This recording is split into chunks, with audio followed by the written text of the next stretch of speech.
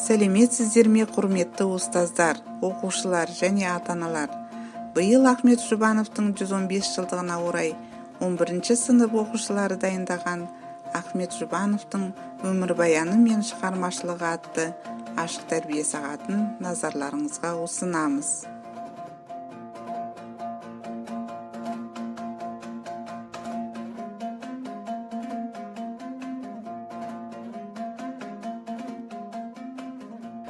Ахмет Қуанұлы Жұбанов қазақ музыкасын зерттеуші, көрнекті ғалым, әйгілі композитор және дирижер, Қазақстанның халық артисі, өнертану ғылымының докторы, профессор, академик. Ахмет Қуанұлы Жұбанов Ақтөбе облысы Темір ауданында 1906 жылы 29 сәуірде өмірге келген.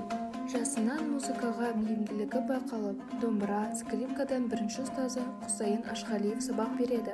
1932 жылы Ленинград консерваториясын бітірді. 1930 жылы Ленинградтағы рабочий и театр журналына жарияланған мақаласынан бастап өмірінің соңына дейін қазақ музыкасы тарихымен және теориясын зерттеумен айналысқан. 1933 жылы Алматыда ашылған музыкалық драма училищесіне ұстаздық қызметке шақырылады. 1934 жылы бір топ домбырашының басын қосып, Қазақ ұлт аспаптар оркестрінің негізін қалаған. Сол оркестрдің көркемдік жетекшісі әрі дирижері болған. Өзі құрған оркестрге Құрманғазының атын береді. Көптеген шығармаларды оркестрге өңдеп қағазға түсіреді. 1945-51 жылдары Алматы консерваториясының ректоры болады.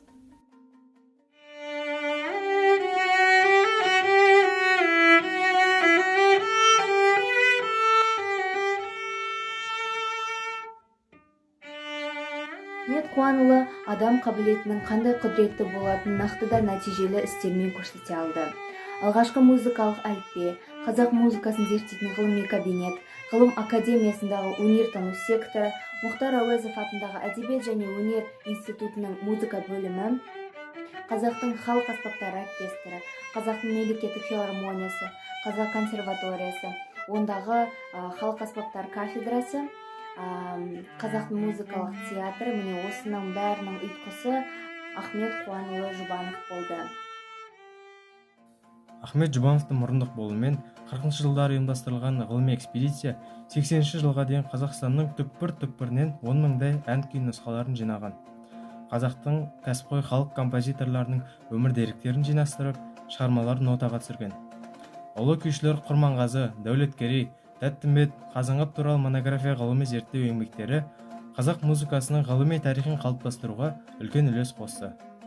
Ахмет Жұбанов оркестрге жол ашып, қазақ музыкасын күрделі аспаптық симфониялық шығармалармен байытты.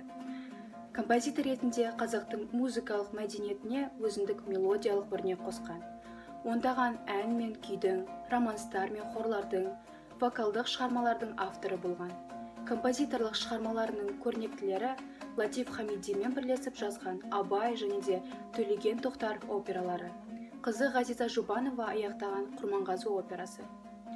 Ахмет Қуанұлы Жұбанов ғалым, педагог, композитор, орындаушы және де ұйымдастырушы ретінде қазақтың музыкалық мәдениетіне сіңірген еңбегі ұлтымыздың мәдени-рухани шежіресіндегі ең көрнекті белестердің бірі болып қалады.